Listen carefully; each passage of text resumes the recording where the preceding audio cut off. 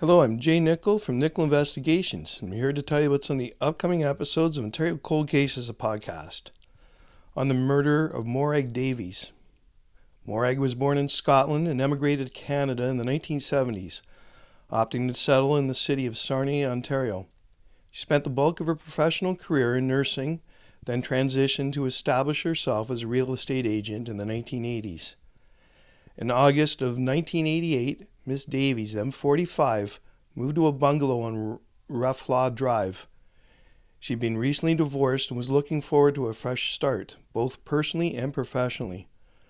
On August 23, 1988, a colleague of Miss Davies came over to her new home for a brief visit, sometime between the hours of 10:30 p.m. to 11 p.m. Aside from her killer, Morag's co-worker may have been the last person to see her alive. Sometime that evening or the next day, something nefarious occurred inside the home on Retlaw Drive. After Morag failed to show up at work for 2 consecutive days, her colleagues became concerned.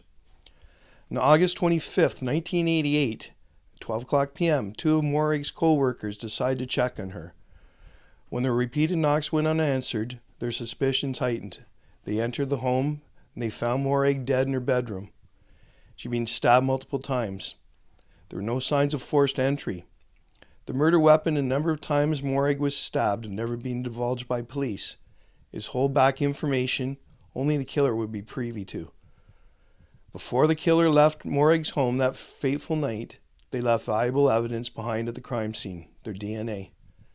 So please consider subscribing to Ontario Cold Cases, the podcast, on Patreon, Spotify, YouTube, or Apple Podcasts.